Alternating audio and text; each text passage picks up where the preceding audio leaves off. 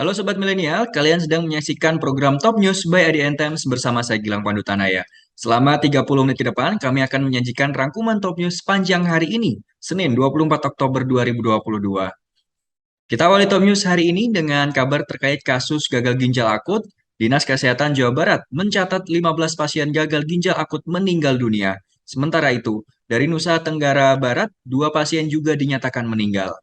Sejak awal Agustus hingga 21 Oktober lalu, Dinas Kesehatan Jawa Barat mencatat ada 25 pasien kasus gagal ginjal di Jawa Barat. 15 diantaranya dinyatakan meninggal. Dengan data tersebut, kasus ini disebut tidak tergolong sedikit. Dinkes Jabar sudah membuat dan menyebarkan surat edaran dari Kemenkes terkait penanganan. Surat ini juga nantinya diberikan ke fasilitas kesehatan di 27 kabupaten dan kota.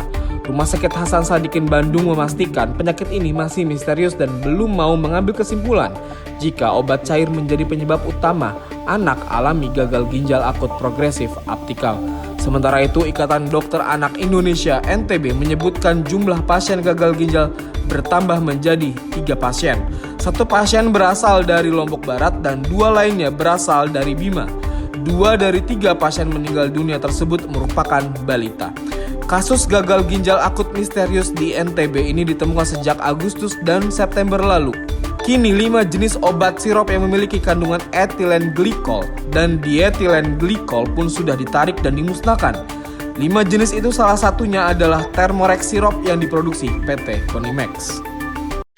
Sementara itu, Badan Pengawas Obat dan Makanan (BPOM) mengumumkan dari 102 daftar obat sirup yang diajukan Kemenkes telah dikonsumsi oleh pasien anak sebelum mengalami gagal ginjal akut. Ditemukan 3 di antaranya mengandung etilen dan dietilen glikol. Hal ini pun ternyata dari kedua kandungan tersebut melebihi batas cemaran. Kepala BPOM Penny Kusumastuti Lukito juga menyampaikan pihaknya telah meminta Kominfo untuk menurunkan iklan penjualan obat online yang masih menjual obat sirup. Berikut kita simak penjelasan Kepala BPOM Penny Kusumastuti soal obat batuk sirup yang mengandung etilen glikol dan dietilen glikol. Ada 23 produk tidak menggunakan keempat pelarut tersebut ya, propilen glikol, polietilen, glikol, sorbitol, dan atau gliserin sehingga aman digunakan. Ada 23 itu lampiran 2 ya. Lampiran 2A. Nanti ada lampiran 2A. 2 bagian A ada 23 produk yang aman. Kemudian selain daripada itu ada juga 4 produk yang telah dilakukan pengujian dan hasilnya dinyatakan aman digunakan sepanjang sesuai aturan pakai. Ya. Baik, ada 4. Ada 4. B. 4. Kok 4 7 kan? 7 harusnya. 7. Ya, ada 7. Ya, ada 7 produk yang sudah diuji, disampel dan diuji dan dinyatakan aman. 7 ya.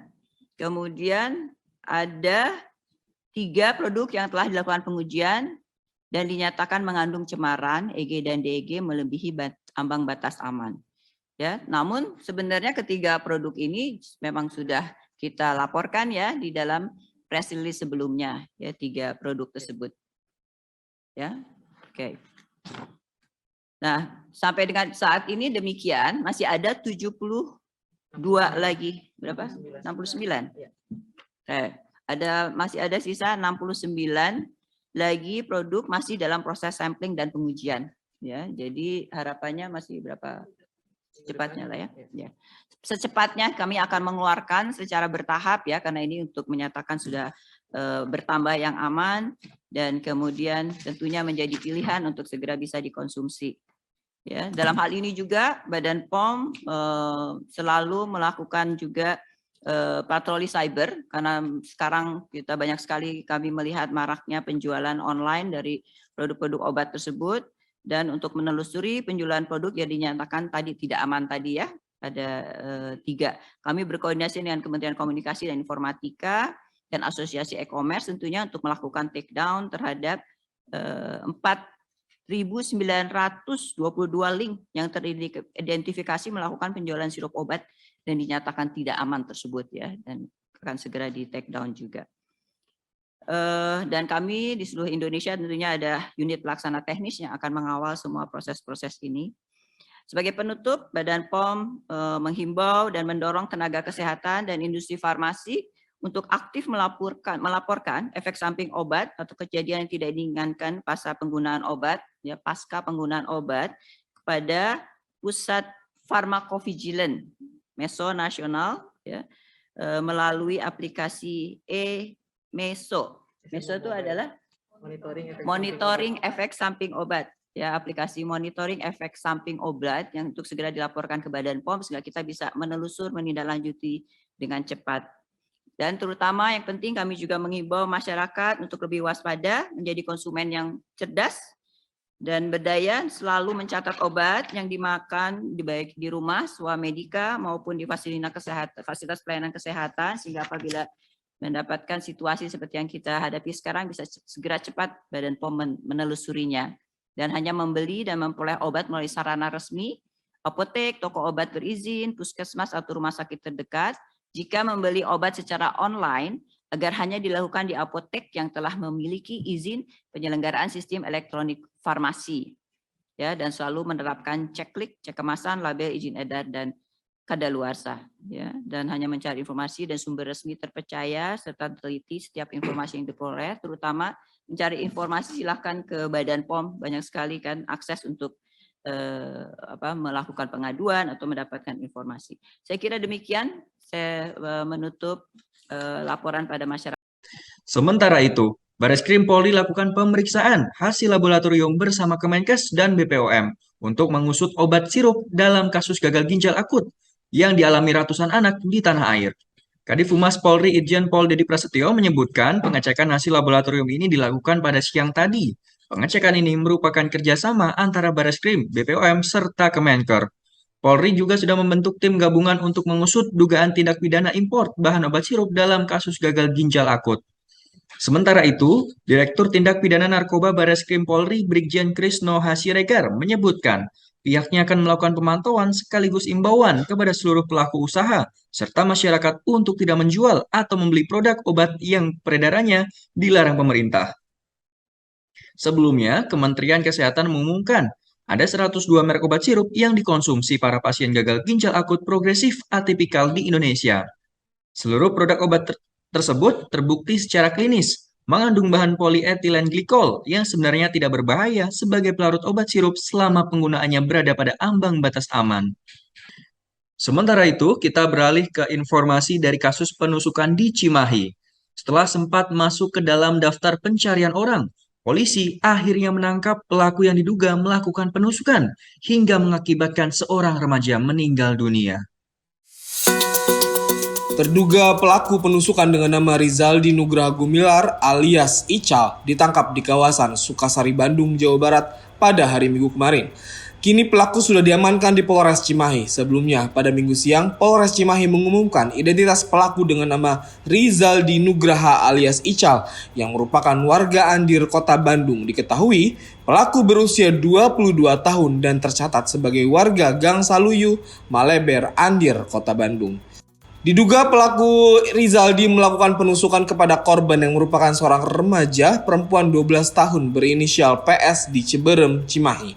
PS ditusuk orang tidak dikenal saat pulang mengaji pada Rabu 19 Oktober kemarin. Korban sempat dilarikan ke rumah sakit untuk mendapatkan perawatan intensif namun tidak berhasil diselamatkan. Kita ke informasi selanjutnya, Sobat Milenial. Menteri Koordinator Bidang Politik Hukum dan HAM Mahfud MD memastikan peralihan TV analog ke digital akan dilakukan pada November mendatang. Akan tetapi, analog switch off ini belum bisa dieksekusi sepenuhnya. Lalu seperti apa mekanismenya? Kita simak informasinya dalam pernyataan Mahfud MD berikut ini. Oke, jadi kesimpulannya peralihan dari analog ke digital itu akan dilaksanakan 2 November dan dimulai secara bertahap. Karena masih beberapa hal harus disiapkan. Apa itu? Infrastrukturnya dalam bentuk MOOC semuanya sudah selesai. Tetapi set-top box-nya itu pemerintah sudah menyelesaikan, yang TV swasta baru 4,4%, sehingga ini harus diatur kembali gitu. Jadi dari sudut pemerintah semuanya sudah siap, yang di swasta nanti kita lakukan bersama-sama sesudah itu. Tapi secara umum kita akan memenuhi ketentuan undang-undang. Selesai. Kita beralih ke informasi berikutnya.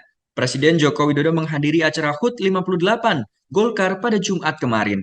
Dalam kehadirannya Jokowi, Sekjen PDI Perjuangan Hasto Kristianto menilai bahwa Surya Paloh lebih suka memeluk Anies Baswedan daripada Jokowi. Dalam rangka HUT ke-58 Partai Golkar yang jatuh pada hari Jumat kemarin, sejumlah ketua umum partai politik turut hadir dalam acara tersebut. Bahkan dalam acara tersebut dihadiri oleh Joko Widodo. Nampak terlihat pula Ketua Umum Partai Nasdem, Surya Paloh, yang terekam menyapa Presiden Jokowi. Dalam video yang viral tersebut terlihat gestur Surya Paloh hendak memeluk Jokowi dengan tangan kiri. Paloh pun sedikit mengajak tubuh Jokowi untuk berpelukan. Menanggapi hal tersebut, Sekjen PDI Perjuangan Hasto Kristianto memberikan komentar bahwa Surya Paloh saat ini lebih suka memeluk Anies Baswedan daripada Jokowi. Namun, secara terpisah, Surya Paloh menegaskan bahwa Nasdem tetap mendukung Jokowi hingga 2024 mendatang. Menurutnya, tak ada alasan Nasdem untuk mundur. Sobat milenial, jangan kemana-mana, Top News akan kembali dengan informasi ijazah Jokowi yang diakui oleh keluarga alumni UGM Fakultas Kehutanan.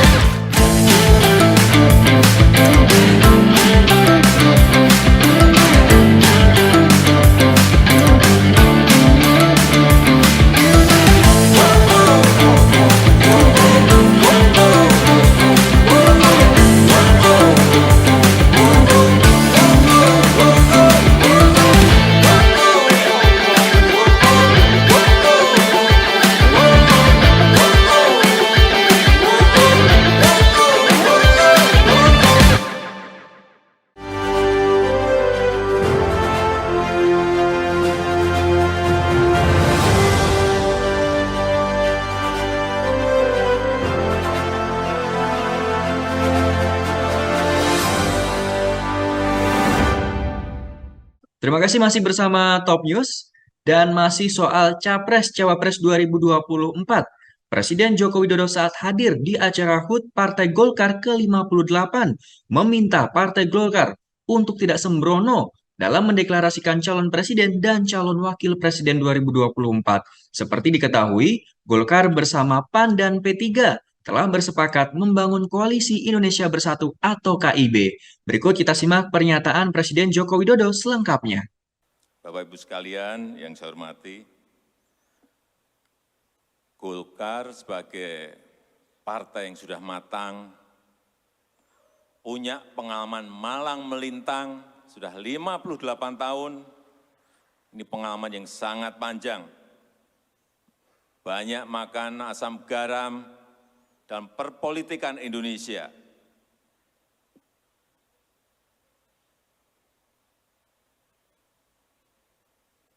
Oleh sebab itu, saya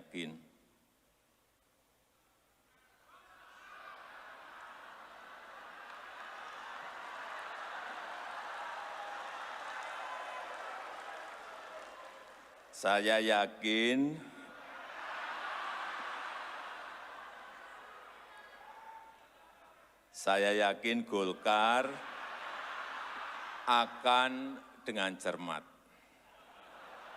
akan dengan teliti, akan dengan hati-hati, tidak sembrono dalam mendeklarasikan calon presiden dan wakil presiden 2024. Meskipun tadi saya lihat sudah teriak semua Pak Erlangga Hartarto. Dan saya juga meyakini bahwa yang akan dipilih oleh Partai Golkar, capres maupun cawapres, ini adalah tokoh-tokoh yang benar.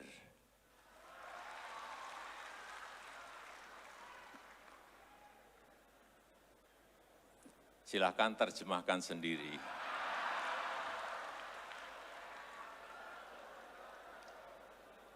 Karena Bapak Ibu sekalian yang saya hormati, Presiden itu seperti pilot. Penumpangnya banyak sekali, seluruh rakyat Indonesia. Dan Pilpres itu memilih pilot dan co-pilot. Ini yang tidak mudah sekarang ini. Jadi saya buka-buka di Nas Daily tentang pemilihan pilot.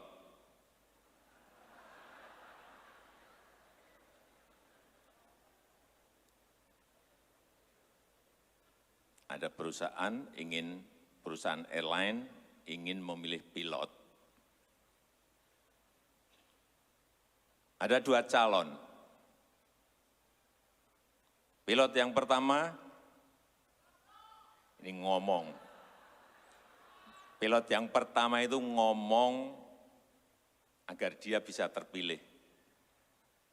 Dia mengatakan, saya akan patuhi hukum penerbangan internasional dan saya akan terbang di ketinggian 30.000 kaki. Ini pilot pertama. Pilot kedua mengatakan, semua calon penumpang akan saya dudukkan di kelas bisnis semuanya.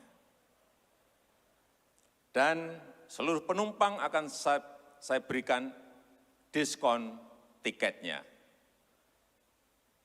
Bapak Ibu akan tertarik yang mana? Kalau yang sekarang pasti akan tertarik yang nomor 2. Karena menyiapkan, semuanya disiapin kelas bisnis, dan semuanya diberikan diskon tiket gratis. Yang milih nomor 2 itu hati-hati. Karena pasti ini karena emosional, dan kurang informasi. Dan sebetulnya tawarannya tidak masuk akal.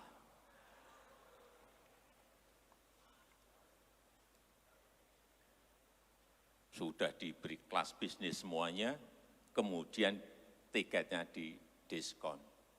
Menarik sekali, tapi tidak masuk akal. Apa yang ingin saya simpulkan dari pemilihan pilot ini, jangan sembarangan menentukan calon pilot dan co-pilot yang akan dipilih oleh rakyat. Juga jangan sembarangan memilih calon presiden dan wakil presiden. Tapi juga saya titip pesan, jangan terlalu lama-lama.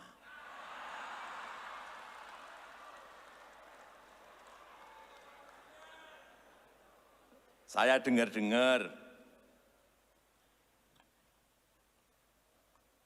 dan saya melihat tiap hari itu Pak Erlangga Hartarto itu rangkulan terus dengan Pak Mardiono dari P3 dan Pak Zulkifli Hasan dari PAN.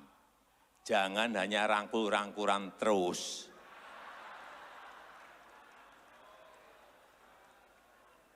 Tapi saya meyakini sebentar lagi pasti akan segera menentukan. Kita tunggu saja. Buat saya dalam pembangunan sekarang ini, yang kita tahu dunia betul-betul sangat sulit saat ini, tahun depan akan lebih sulit lagi dan banyak yang menyampaikan akan gelap signifikan. Saya kira Bapak Ibu juga sudah tahu bahwa sekarang yang sudah masuk pasien IMF itu ada 14 negara sudah masuk jadi pasien dan 28 negara lagi sudah ngantri di depan pintunya IMF. Diperkirakan akan muncul angka nanti 66 negara. Oleh sebab itu, betul-betul pemimpin ke depan ini harus kita pilih yang memiliki jam terbang yang tinggi. Salah satu yang saya lihat Bapak Erlangga Hartarto.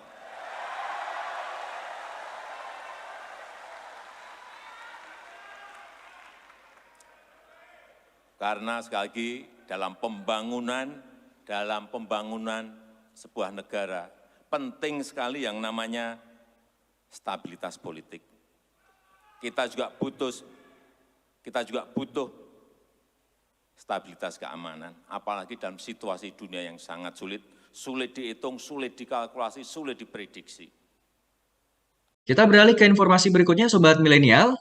Keluarga alumni Universitas Gadjah Mada Fakultas Kehutanan menegaskan bahwa Presiden Joko Widodo merupakan alumni Fakultas Kehutanan UGM Angkatan 80. Dalam hal tersebut, rekan-rekan alumni Kehutanan UGM memastikan bahwa isu yang beredar mengenai ijazah palsu Jokowi tidak benar. Berikut kita simak informasi selengkapnya. Penanggung jawab Kagama HUT Angkatan 80 Mustoha Iskandar memastikan jika Jokowi adalah bagian dari keluarga alumni Kehutanan Gadjah Mada Angkatan 80. Kabar terkait ijazah Jokowi yang palsu dipastikan jika itu tidaklah benar.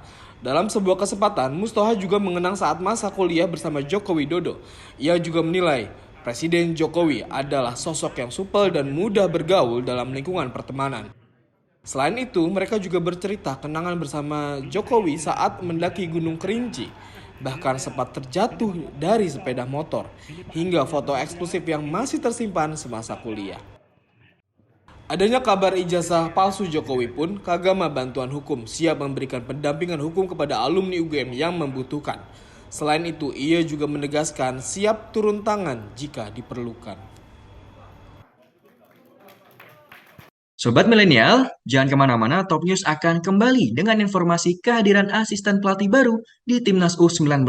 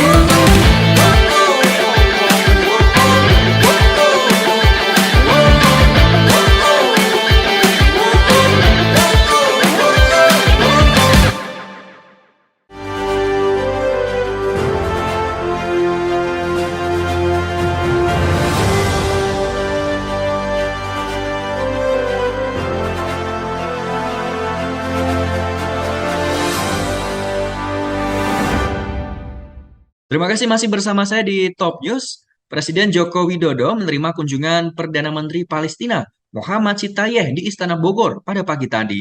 Dalam kesempatan tersebut, Jokowi menegaskan bahwa Indonesia akan terus mendukung perjuangan rakyat Palestina.